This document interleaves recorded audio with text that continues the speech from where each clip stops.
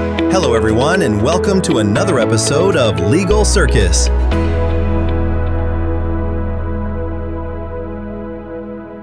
Tom Grajek, get Grajek. That's your tagline. I love that tagline. Injury, criminal defense lawyer, Lakeland, Florida, and Tampa, Florida. And look, Tom, some of the most creative, brilliant, entertaining, and educational social media I've seen. There's a video you've done where I loved where you drank a beer and you went off screen with the beer.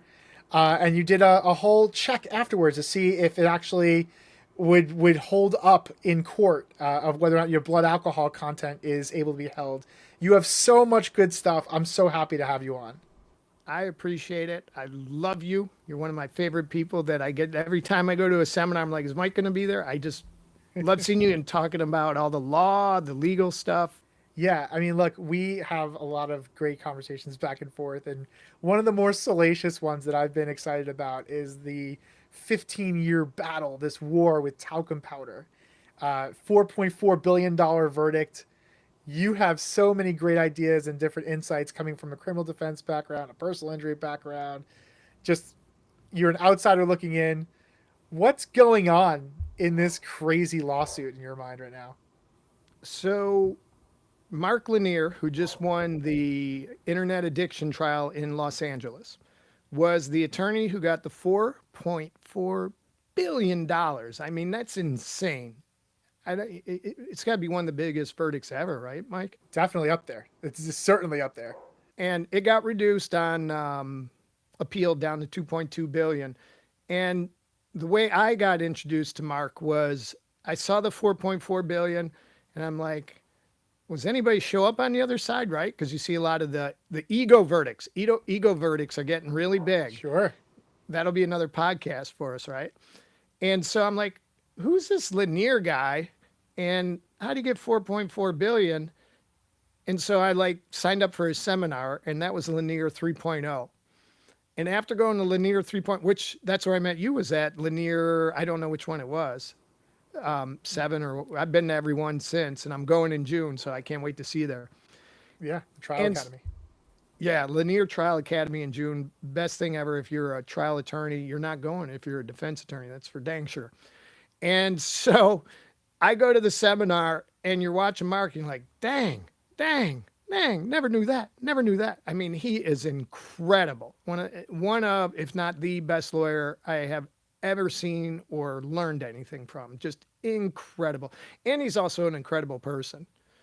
And I saw some people get upset because the Wall Street Journal article said, oh, he's a part-time preacher. He was going to go to theological school. He was going to become a preacher, but he still does it every Saturday. And the money we pay to go to a seminar, I think it's up to $1,500, and it's worth every penny. He donates all that to Guatemala Mala, if I said that right, I know it's a difficult name. He donates all the tuition to his charity. He doesn't take a dime off of his seminar. But he got the 4.4 billion. And after listening to him speak, and he did the closing argument, told us exactly what he argued in that trial, I was blown away. And I'm like, I'll give you 4.4 billion. It was that good. It was incredible. Have you heard it? Yeah, I was just about to ask you because it was so brilliant, and I'm trying to recall the swamp and different things. Do you remember anything about that or how it went? So when I should have reviewed it before, just busy because I had trials this week, and none went. And so Mark's big on roadmaps. So what a roadmap is where are you taking the jury? What is the case, like a table of contents? So you know where the story's going. You know how long a witness is going to be on the stand, what they're going to talk about. And so he did a roadmap for the closing argument, which you're driving down the highway of life when all of a sudden, bam, Johnson & Johnson hits you and knocks you into the swamp because they hit you with their talcum powder. They cause cancer, and you end up in the swamp of cancer. And he went through every devastating thing that someone who suffered cancer goes through, the treatment, the fears, who's going to look after my kids? I'm going to miss the graduation. I got to go to cancer treatment. It just was unbelievable and so powerful. It was incredible. But I think just when he did it at the seminar, I think it took over an hour, and I think it was longer in the trial. But it was powerful and incredible. And you go, that's why you got that's why he's good, and why he's got $4.4 billion. Yeah, it's captivating, and he really has a mastery over psychology of communication, and it's understanding how to distill down very complex ideas. You're brilliant at it too, actually, when it comes to so many complex ideas and things, and you're able to distill it down into common speech so that anyone can understand different concepts. And it's a talent that trial lawyers have, and it's a talent that a lot of storytellers have that is just fascinating, and it's captivating. That's why he's a great pastor as well. You know, he's a speaker, he's an orator, and he's just someone that you can just listen to forever. He should do those books on tape where you can listen to it, and you know, you would just listen forever. I actually was going to shift gears and be controversial for a second. We were talking about Beasley Allen and Alan Smith. And so, which is huge and crazy. Yeah, it adds this chaos, right? Like disorder in the court. I don't know if we want to call that this conversation, but when you're looking at, you know, your unique perspective, again, you know, coming from these different areas, spending your career very much in the defense side and on the criminal defense side, you know, criminal defense side, right? Don't put me in insurance defense. Yeah, right? You're the good guys. You're with the good guys. Yeah. Yeah. You specifically chose, as far as I remember, you chose not to be a prosecutor in your career, and that was starting out in criminal. Yeah, you know, I'm there to help people. That's right. That's right. So, what made someone like you, right? You have this diverse background, criminal defense trial lawyer, personal injury lawyer. You're paying attention to the Alan Smith and Beasley Allen situation. Like, what about this fight is fascinating to you? The reason for everybody, it's the money. The money is crazy. You know how, this is the way I described it. We have Mass Torts Made Perfect seminar, which is another great seminar. And I went to that, and people came back, and it was the second time I was exposed to mass torts, because I was there with Roger Dodds and another attorney running it out of Washington, Rick Friedman is another really good lawyer. And then I went to mass torts, and someone said, what's it like? And have you ever heard the stories where people go and get stuck with someone trying to sell you a timeshare? Every time I travel, especially on the cruise ships. They just trap you and they don't let you go. That's a mass tort lawyer. These mass tort guys want you to refer them cases because the money is incredible. I mean, the money and that's why we're on this Alan Beasley, Beasley Allen, or what's it, Beasley? Beasley Allen, Alan Smith. Smith Law. Yeah, I get, because they got the two names. And I wanted, in order to understand this part of the craziness and what is just, to me, the wow factor, is you have to understand kind of where it started with Mark winning that $4.4 billion. Mark originally did not want to take the talc cases. He did not think there was an out in it. You have to understand that as lawyers, that when you take a case on, there has to be money at the end. We're businessmen like anybody else. And so when someone comes in and they say, hey, I want to hire you for my car accident case, and the other person does not have insurance, they do not have a job, then the lawyer's not going to do anything or not take your case, because there's no money in the end. So the lawyer's going to go get a huge ego judgment, go, all right, we got you $10 million, but you're never going to see a dime of it. And the lawyer has to invest time, money, because he has to do depositions, he has to file the lawsuit, he has to serve it. But if the end there's no money to collect, you need a big pocket to collect from, or any. And if there isn't one there, the lawyer doesn't take the case. So originally, Mark did not want to take the talc case. He saw no exit strategy. That changed. I don't know the exact reason. I think I know. And it's kind of key to these cases, what changed his mind. And from there, I think that really set things off into crazy land, and how we're going to get into Alan Smith's story. And I hate, because again, this is linear. You go in primacy, recency, and keep the viewer engaged, but you have to understand this part of it. I think this part's very exciting and interesting, but you have to understand this part to understand the super legal circus that's going on, which that's my plug for my podcast. So, but that's kind of where going from can you make money to everybody seeing dollar signs. That's right. The financial viability of the lawsuit. I mean, you have that's the genesis of the conversation that Johnson & Johnson had with their Texas two-step, right? I mean, Right. that was their fear, right? They saw this financial vulnerability. We said viability. They almost have a vulnerability, right? What's my exposure? You have all these investors now saying, "Excuse me, this is a problem. How much are we possibly going to lose?" You have the fear of Johnson and Johnson's stock just plummeting, all Right. these pressures compounding over and over. And so they did what we affectionately call as the Texas two-step with LTL management. And then so when you're talking about like how that played into the decision making of getting into this, uh, when you talk about the science of everything, I love that you have the ACS forensic lawyer scientist designation, right? And by the way, only 1 in 4 lawyers in all of Florida have it. So crazy good scientific background. I know you're going to be humble about it for a moment, but I think it's really important. Go ahead. I am. You want to say You got to something? have the background, and you got to have the time to put in. To do that, we had to take a test. It had to be certified through the American Chemical Society. But you had to go up to. We went to Chicago 4 times, trained in the lab, and I think it was like $25,000 to just in the expense of going, hotels, travel, to put in to make yourself a better lawyer. But that's what you've got to do so that you have the background to understand when your real expert comes in to know what they're talking about and how to Yeah. question them in a courtroom. Yeah.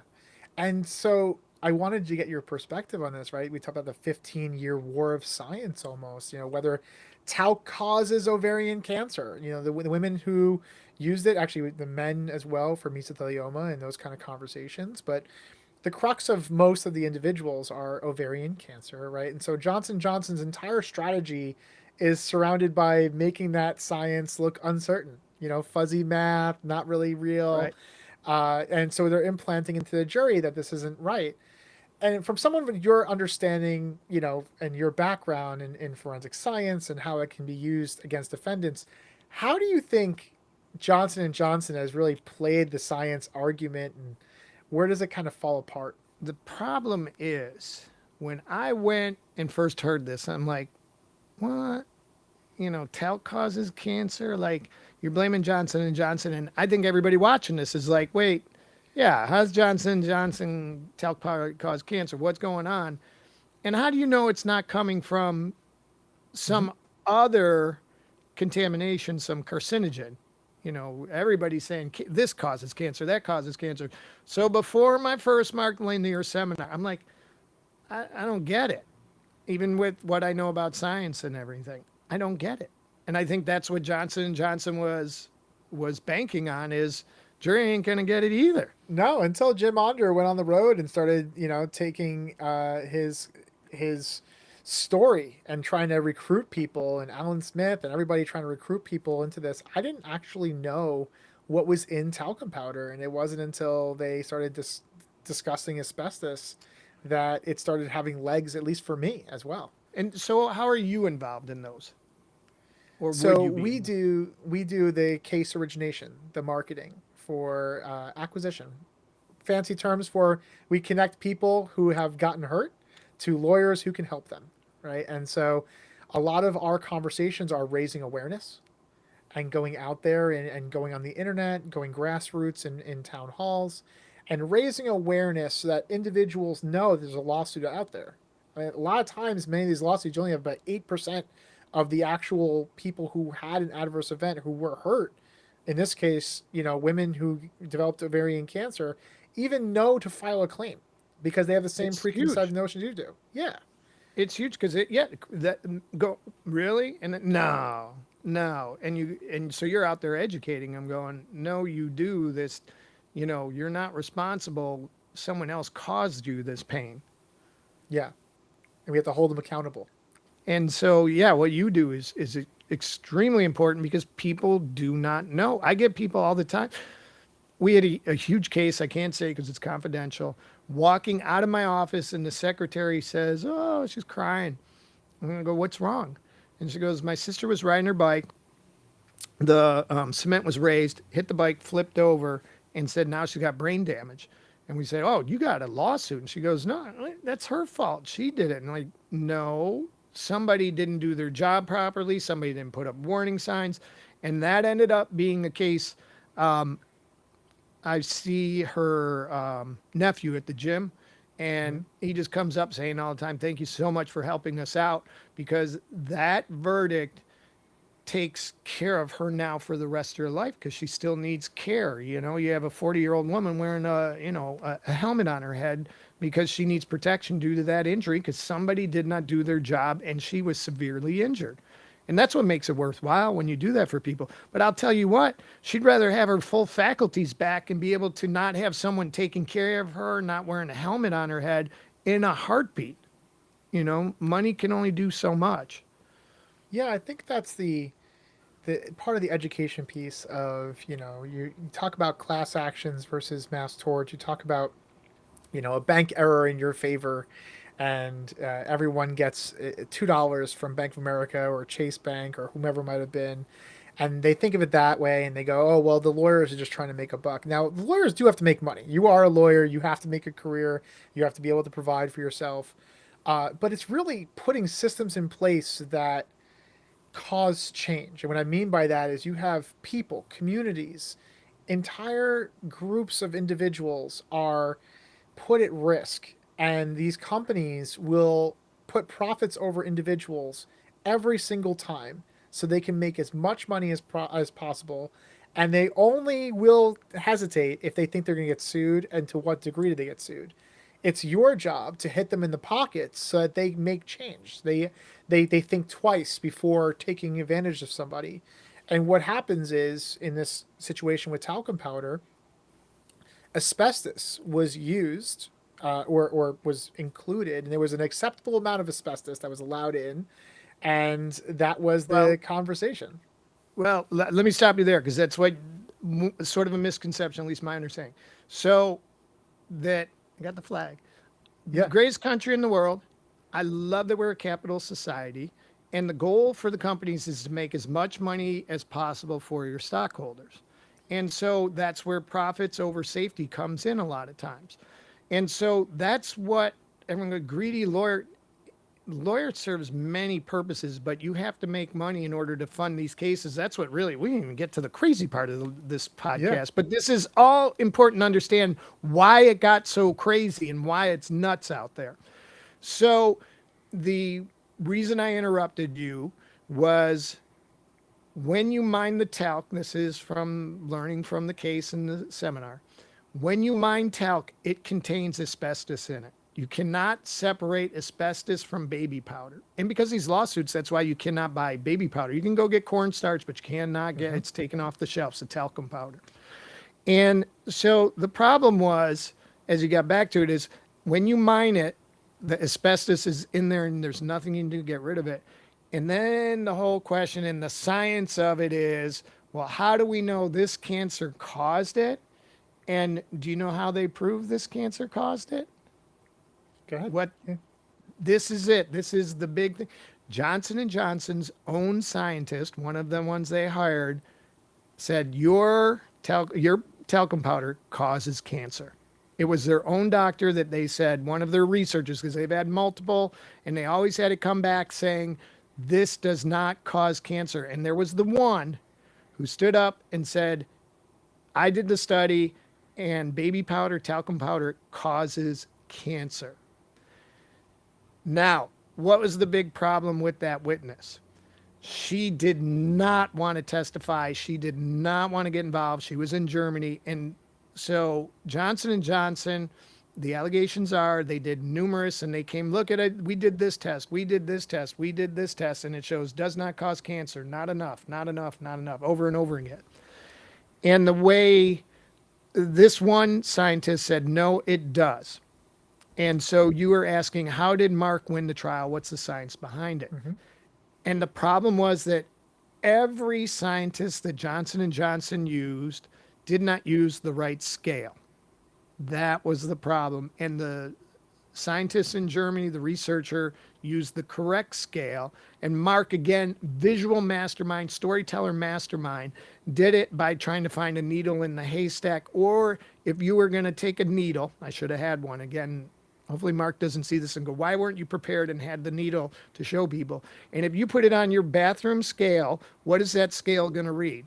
0. But if you take that needle and you put it on, let's say there's, you're making these needles for we just had the space launch, right? You needed a needle for the space launch and it had to be exactly 0.0002 grams. What are you going to use to weigh it? One of those exceptionally sensitive scales. I forgot they're called atomic scales, something like that, right? Exactly. And that's what Johnson & Johnson's do. Study after study after study use the wrong scale. And yet finally we had someone use the correct scale and they emailed Johnson & Johnson, I believe, and said, hey, this causes it because they finally used the right scale. And that's how Mark explained it to a jury is, you know, if you have to weigh a needle and you put it on a bathroom scale, you're going to get 0 and you go, see, not enough, can't cause it. But when you use the right scale, then it tells you. And then you get into why is it, that was, they didn't really make money on talcum powder, but it was how they got you into the brand of trusting Johnson & Johnson and using all their other products so that this was a bell cow for Johnson & Johnson. Because the way marketers work is that you want someone who's not really made their decision yet on what product they're going to buy, what for the rest of their life. Because once you get past 25, you're like, I'm not changing my deodorant unless they don't make it anymore. You use the same deodorant over and over and over again. That's why radio stations, TV stations, Super Bowl, because they have the target market that advertisers want, people making decisions. And so that's what talcum powder was and why the allegation was they hid it or, you know, and so this scientist did not want to testify, but finally did. And I think that might have been the reason why Mark changed from, I don't want to do the talc cases, not sure he can win them. There wasn't the evidence there until they found this scientist in this study. And it was emailed, I believe, to Johnson & Johnson. And there you go. There's your smoking gun. It's amazing. And then you have the conversations of, you know, how it was culturally incorporated into society, in the American society. You know, if I use it because my mother used it and because my grandmother used it, right? And it was the old school raise your right hand. I essentially use it every day. I don't feel clean without using my Johnson & Johnson baby powder. So this was regular use and regular exposure. And as you were saying, Tom, if there's even a little bit of asbestos over time of regular exposure, you start seeing the science of how that exposure over a long period of time could potentially cause some sort of cancer, especially if it's an ovarian cancer or mesothelioma. Or, as the jury said, did cause cancer. Not potentially, Yes. did. To the tune of $4.4 billion. Which, that gets us to I think we're getting to the crazy part. And Yeah, we there's have a to whole talk lot of about money involved. It's the money. Like you're going, if you're a lawyer doing, you know, DUIs for $10,000, and that's even on the high end for some people, Tiger Woods going to pay a little bit more than that. But you're going, I'd heard, I don't know, because I'd have to, I know there's calculations in it, but I heard the attorney's fees were $850 million, but I don't know. That's kind of a guess. But you want to work for $10,000 or you want to work for $850 million? What kind of lawyer do you want to be? And not anybody can just go in and go, oh, I'm going to do an asbestos case, where we're getting to on this too. But you need the background to understand how crazy it's getting the money. And so that's why this is going to get crazy. And I want to talk about one more thing before we get into. So Mark is in criminal court. When you try a case and you get a hung jury, the percentage and chances of winning a second trial are extremely low and they're difficult. Do you know why that is, Mike? I actually don't. Okay. I thought you might know. We figure out because you're smart. It's because the prosecutor knows what your defense is now. They know everything you're going to argue, all your questions. It's like they did a mock trial, a focus group. And so they go back and they go, let's change our theory, our presentation, or block off this defense so it will not work. And so, or, maybe you had a juror on there that, you like, let's make sure this type of juror does not get on the second jury. So they get a practice run so much, it's really hard to win after a mistrial. It happens, but it's difficult. So after Mark won his trial, what the defense does, because Johnson & Johnson got a lot of money and they got smart lawyers too. They're not dummies either on the defense side. I think Mark's better, but they will then go, wait a second, and this is big. In the next trial in San Francisco, they did a motion in limine and they prevented the plaintiff in that Talc case from using Mark's swamp closing argument. That is huge. So they called it irrelevant?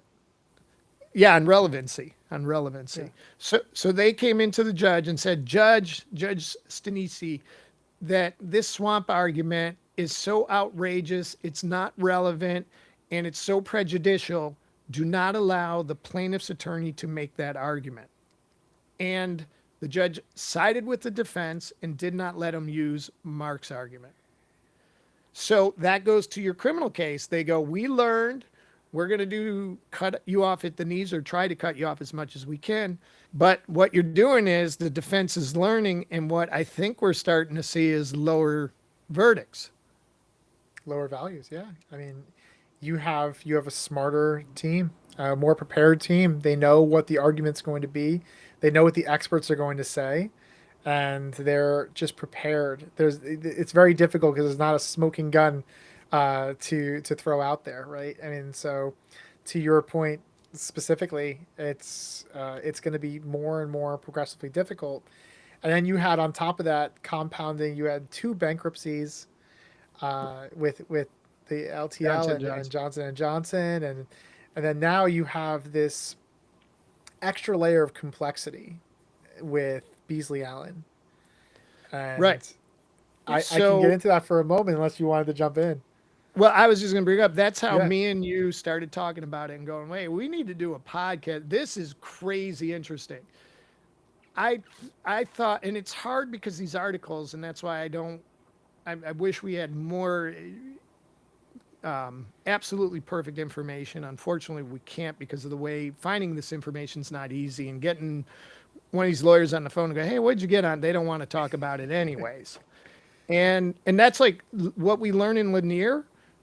It's like Fight Club, no one talks about it, that you go and use it in your trials, but you don't talk about it. That's one of the agreements you sign, confidentiality agreement, because they don't want the defense knowing what Mark's teaching us. Yeah. And so from what I read, was one of the most recent verdicts was not 4.4 billion, that was reduced to 2.2 billion. What I saw was only 250,000. And you have all these different, the people who suffer are the individual families, the communities, the people who were hurt, right? I mean, you have not just claimant fatigue. I'm going to actually just speak very plainly. You have claimants passing away now. You have claimants who cancer, and they might have had cancer for now 20 years because they filed so long ago, and this thing is going for so long that you're talking about people now passing away, and then their next of kin are involved in this lawsuit, and they're getting fatigued. They have all these layers of, helping out with mom's arrangements and everything that's happening, and then now just 2 years later, they're seeing this verdict that's such a small amount, and potential settlement values that could be argued to be too low, and people are forgetting that, not you, right, but like the greater scheme of things is that the human there's side. Individual claimants that are really hurting. And like I spoke about before, where the client's like, I'll give you all the money back to give me my health back. Right. And so for someone who you brought up, which is really important, and they passed away, they never got their chance in court, because these cases take a long time. And they take a long time for a lot of reasons that, it's just how the court procedure works, and it just takes time, and you got the same witnesses, and you're scheduling around other trials. But yeah, they never got their day in court, and now the family's dealing with, a death versus, illness. But that's now where we get to the craziness, Yeah, as there's we a like to couple call it. layers here. There's a couple Couple, layers. yeah. I mean, Yeah. you have law school ethics professors, and this is part of the research I was doing, who they're actually filing briefs arguing that the disqualification I'm about to talk about is unprecedented and wrong. You have attorneys who are saying it's actually the punishment fits the crime, so to speak. Right. And so what actually happened? I mean, you had a situation where Beasley Allen, who I respect, fantastic attorneys in Beasley Allen, they got disqualified from the federal talc multi-district litigation, the MDL, right? Because one of their partners was working with a former Johnson & Johnson attorney on settlement strategy. And this is all the conversation that was had.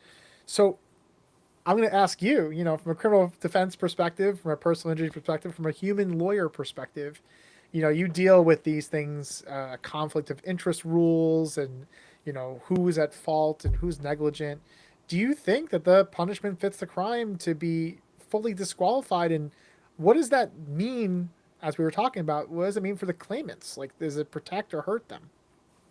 Definitely hurts them, because now you got this added layer mess going on.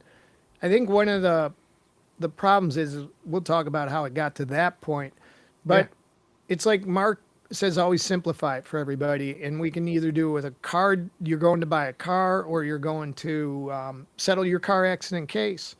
And so you have your lawyer that you hire because you got injured in a car accident. And one of the partners goes over to State Farm after meeting with you or talking to you or working supposedly on your side. And then he goes to State Farm and says, hey, I know what, this is way exaggerated, but going, hey, I know, we've talked to them, we know what they'll accept. How are you going to feel as a plaintiff when that happens? It's complicated, but I mean, when you're talking about conflicts of interest in law cases, I can see why everybody's going, yeah, knock them off every case. How do you have trust in the system and in your lawyer if they're playing both sides? You can't do that. Yeah, you feel taken advantage of, or you feel like you don't have your opportunity, right? Your story's not really being told. You might feel like believed.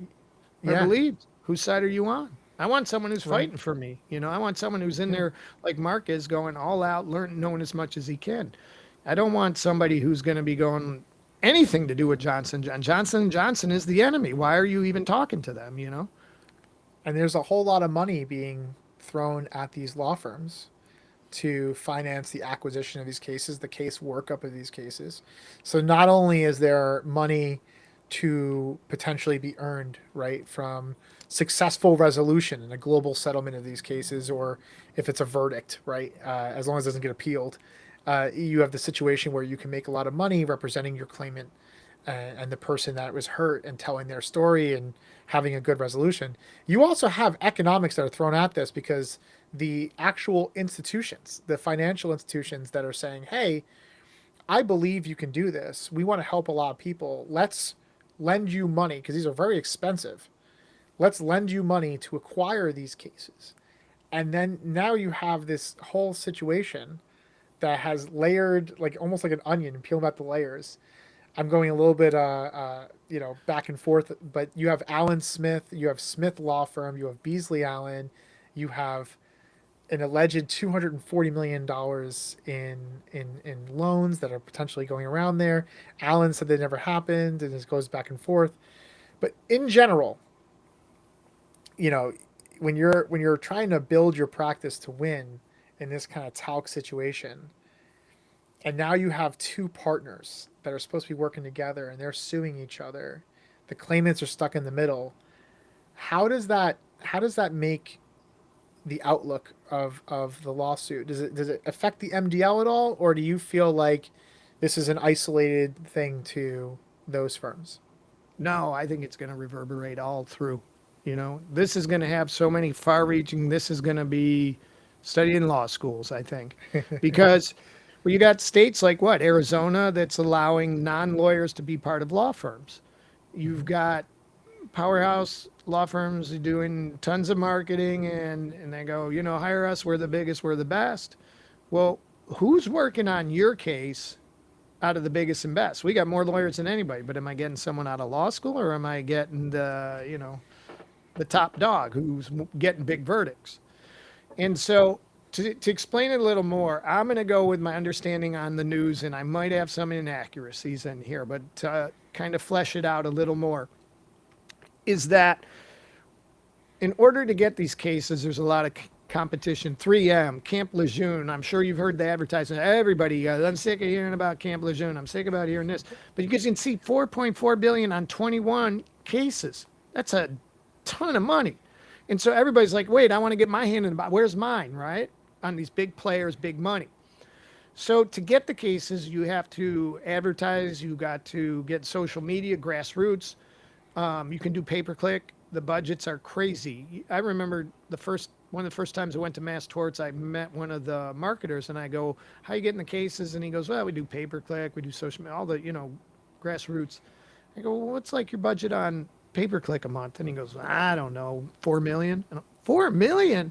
But when you see the money, right? But when you see the money, you're like, holy cow. So hedge funds as lenders are helping to fund these, but at the same time, lawyers need the funding because the lawyer doesn't have 250 million or whatever it is to fund.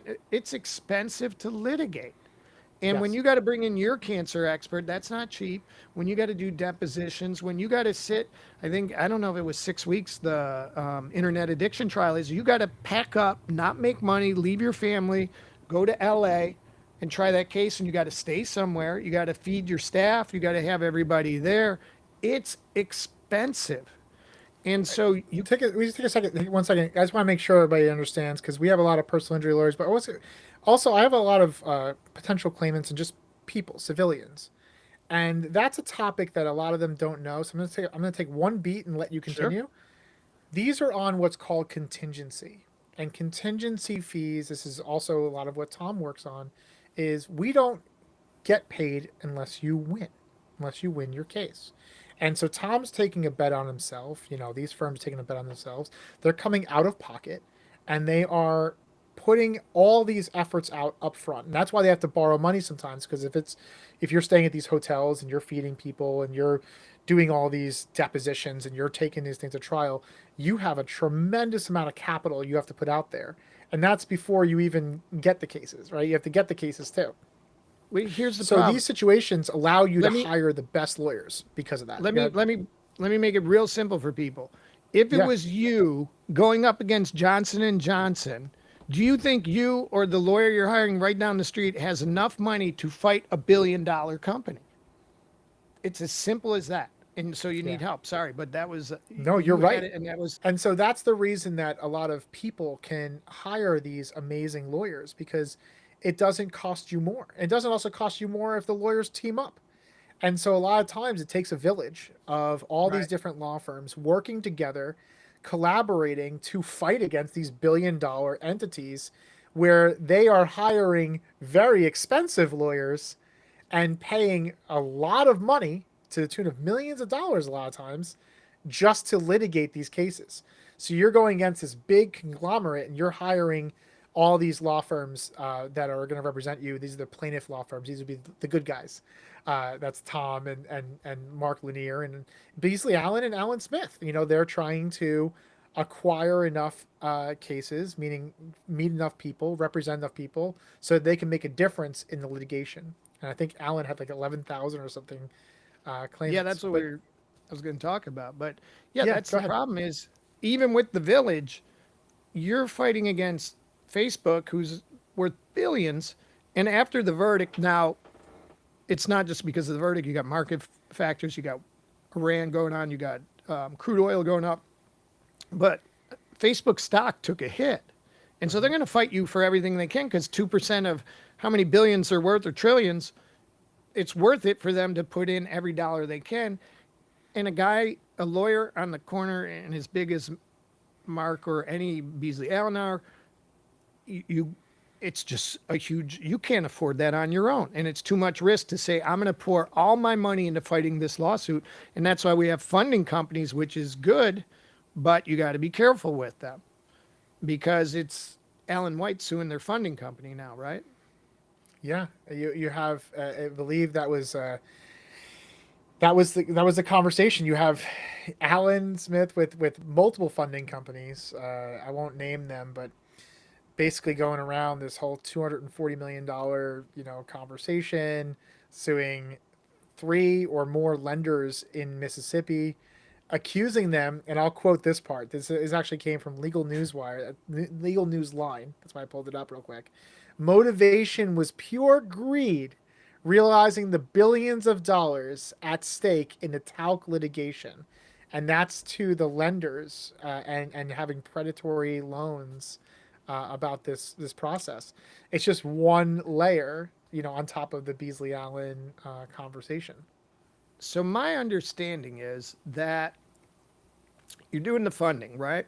And Alan Smith is trying these cases and they're going along. And it kind of works like a line of credit. Here's some money. We'll give you $30 million. Here's some money. Here's some money because you need them for the experts. You need them to file. A lawsuit's like $1,000 to file. And you got to file those for all your clients. 300 clients, $300,000. You see how expensive it gets very quickly. So they get a funding company to help them. And Alan White, my understanding is, took over some cases from another attorney and said, we'll take on your cases. Sometimes they buy them. Sometimes it's co-counsel. There's different ways to acquire cases because not every firm's going to litigate or, it just makes economic sense because you're being dragged. You're not just doing talc cases. You have other areas you're litigating. So they have a $30 million loan. Verdicts are not $4.4 billion every time. And now they're going down and you get bad feelings too. But if it's only $250,000, a funding company might go, whoa, we're not going to get paid back. You're cut off. That's it. We're not giving you any more money. And well, no, we need the money because in the one article, it said that Alan White had 11,800 talc clients. That's an incredible amount. And so you have to litigate those, and your funding company says, we're not paying for the experts, we're not paying for you to file the lawsuits, the money you were counting on when you took these cases on, and you're in a world of hurt. That's why they're now suing the funding company, go, hey, we had a deal, give me the money so I can help these people. Join us in part 2 as we continue the discussion and go behind the curtain of mass tort litigation.